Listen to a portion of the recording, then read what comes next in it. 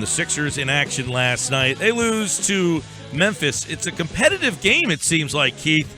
Keith Pompey from the Inquirer joins us. He was in Memphis. It's a competitive game when Embiid's on the floor. It seems like when he's off the floor, that's where they have their problems. But it seems that as each game goes on, he's getting better and better and getting more of his legs under him. And I guess we'll start to see more of him soon. Yeah, you're exactly right. He's getting better and better, and it wasn't just Embiid who was getting better. You know, like the first 3 games, I felt like Bayless, Gerald Henderson was like a bystander. In this game, he came out, man. He was like, okay, I can see why the Sixers threw that money at him. You know what I mean? Because he played well. It was like he and Joel, playing off for each other for a little bit. Yeah, I saw a little bit of the highlights. Obviously, the game wasn't televised here, but the highlights that we saw, you're right. I saw him catching the ball, coming off screens, taking some jumpers, nice foul line stuff. He looked more aggressive last night, and he's another guy who's on a 12-minute restriction. When are they going to start to amp these guys up in anticipation for that October 26th opener? Well, yesterday he actually played 16 minutes. They, gave him 16. I'm assuming, he could probably do that again. I wouldn't be surprised if he did 19 tomorrow. And Joel is one of those things where, he wants to play more, and the Sixers want him to play more. But it's just they're being careful. But I tell you, for the season opener, the goal was to have him on the floor for 20 to 24 minutes. So, I'm pretty sure he's, excited about that one. Yeah, I know Joel mentioned at Monday's practice or afterwards that he wants to get more minutes, and they have already announced that he's not going to play on back-to-backs, but you wonder at what point does he, wrestle that away from them? I mean, because does he seem like that he's had any problems or any restrictions at all that when he's out there? No, he doesn't. I mean, the thing about it is, he looks good. I'll give him that. But at the same time, there are other instances where he looks like a guy who hasn't played for a while. You know what I mean? He gets off balance on catches. Sometimes his footing isn't there. So, I mean, when you think about it, we talked about this last time. They're not going to win a lot of games. I mean, it's good for the fans to say, hey, we got this guy on the floor. But I think, with Ben Simmons not playing right now, it's one of those things where you just want to get this guy healthy through a season, and then you can build on it. So I don't see them changing their minds. Now, maybe if they do, it will be in the latter part of the season, but I don't see them changing it, early or the middle part. Keith Pompey from the Philadelphia Inquirer in Memphis last night. Now, a lot of guys missing the game, one of which hasn't played at all, and that's Okafor. Number one, what is his deal? Number two, when he actually gets back on the floor, now that you've seen Embiid and some of the surroundings, where does he fit in?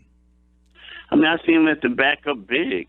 I mean, the thing is, I really like Richaun Holmes. He's been playing hard and he's been playing tough. But then you got to ask yourself, is Richaun Holmes better than Jahlil Okafor?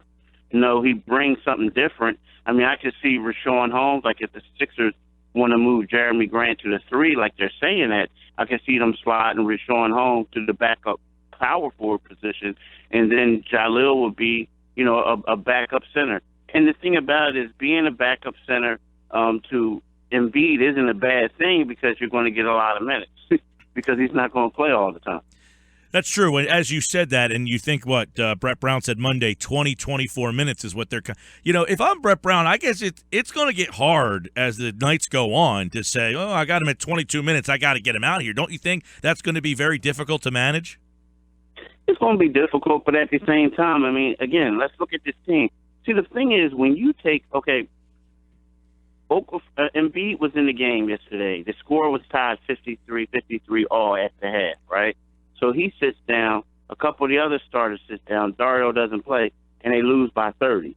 So, it's going to be one of those things where as good as they are, teams are going to basically, take it up a notch in the regular season. So the Sixers aren't going to be as competitive as everybody thinks. Now, yes, they have pieces, but they're young pieces.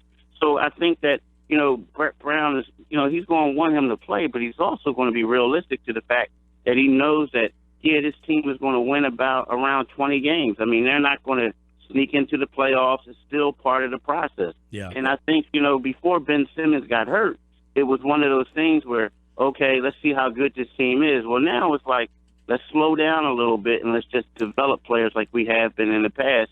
The only difference is they're not tanking. They're trying to win. But come on, man, you can't go and face top-notch teams and think to beat them if you don't have a star-studded, starting lineup. Yeah, I guess the question is because if they're because let's be honest, there were nights where they'd be competitive in the fourth quarter a lot of times. They just couldn't finish a lot because they didn't have the point guard, but they were seemingly competitive in a lot of games late into games and then kind of fell apart. Those are the nights that I'm kind of referring to where they're playing a game and it's, late in the fourth quarter and they're, within 3-4 points.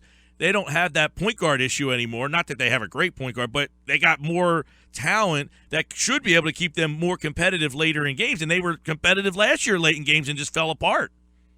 That's a great point. Yeah, when you think of it that way, I can see Brett looking down the bench like, come on, JoJo. Can you give me 3 minutes? Right, exactly. You know what I mean? I can see that.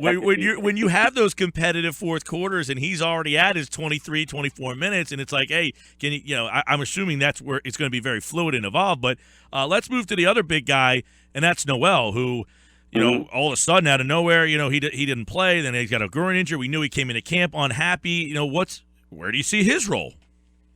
And that's the thing. Like, I'm glad you asked about Noel because I still think that he's in the mix. Before the injury, he looked good. I mean, he looked really good. Like it was funny because they opened the scrimmage to the media, the first one, and he was getting the best of Embiid. I mean, he was getting the best of him. Like Embiid couldn't keep up with him. Noel is like a thin guy. He runs.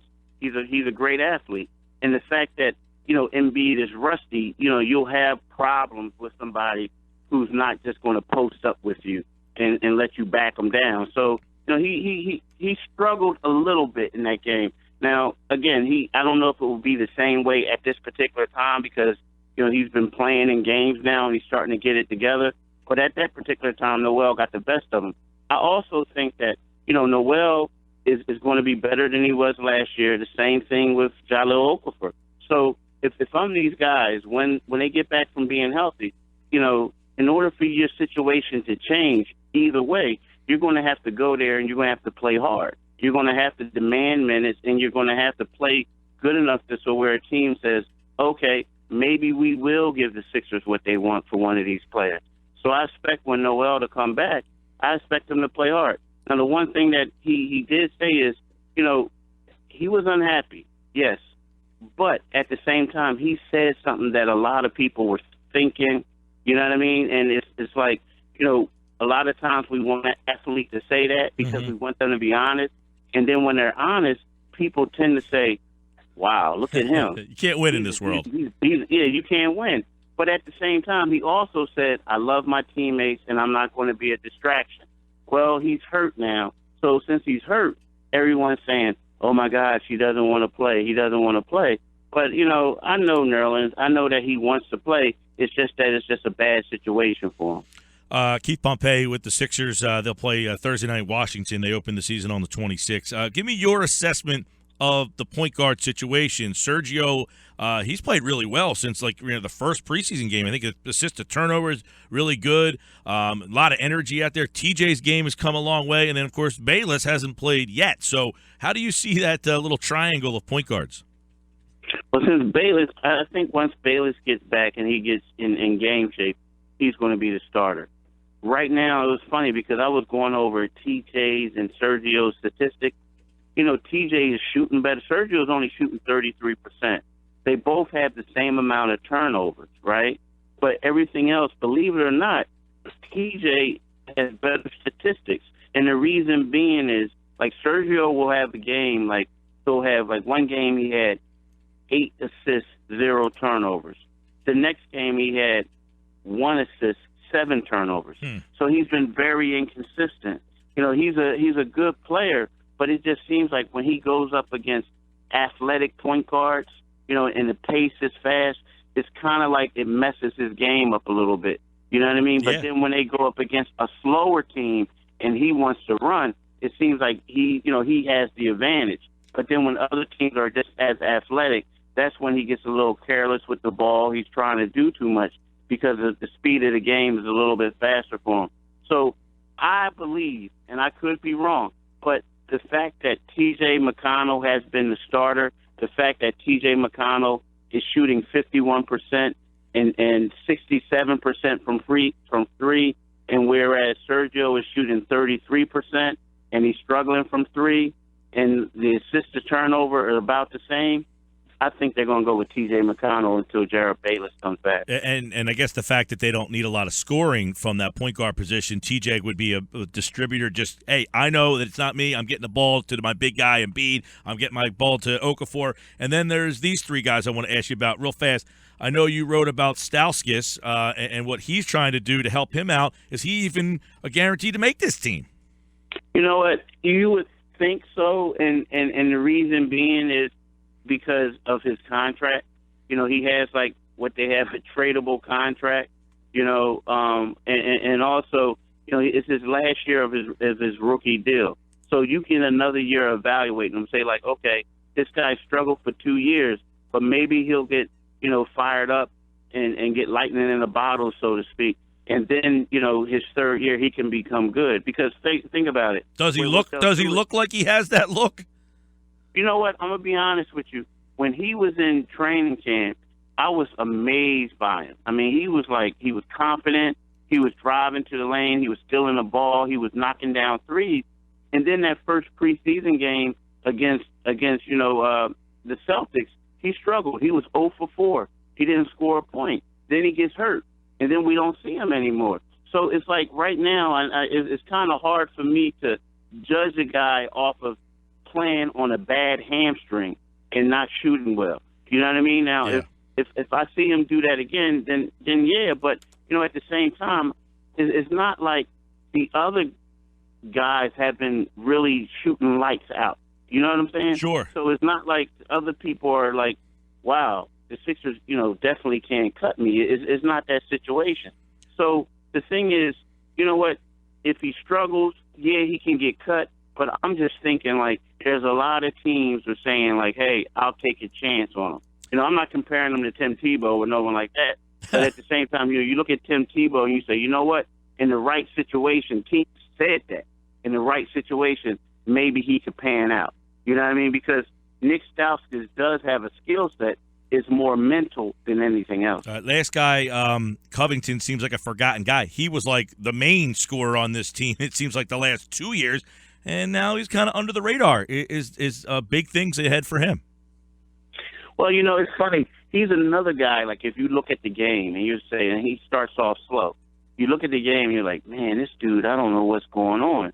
But then at the end of the game, you're like, okay, all right, you know, he shot pretty well from three. He did this, he did that. Now, the one thing about Robert Covington, you know, we have to be realistic a little bit. Like, when you have a Gerald Henderson and you have a Jared Bayless and a Jalil Okafor and the Joel Embiid, he's not going to get the normal touches that he did before. So right now, it's like he has to find his way. Now, as much as, you know, people say that they're, you know, all-around players, to me, he's like a 3-and-D guy. Like, he's a defender, and he shoots, you know, stays in the corner, and he hits threes. Well, you know, but right now, I think the Sixers are so focused on getting Embiid involved and getting his confidence up to whereas, you know, a lot of situations aren't there for him, or opportunities aren't there for Covington to get those shots. You know what I mean? Yeah. So I think it's like one of those things we got to wait to the regular season to fully evaluate him. Now, he struggled initially yesterday, but then in the second quarter, the guy started heating up. So, you know what I mean? I'm not really going to judge him. And another thing is, it's funny, you look at their sets. You know, Covington, sometimes he plays the 3, and then when they go small, he slides over to the 4.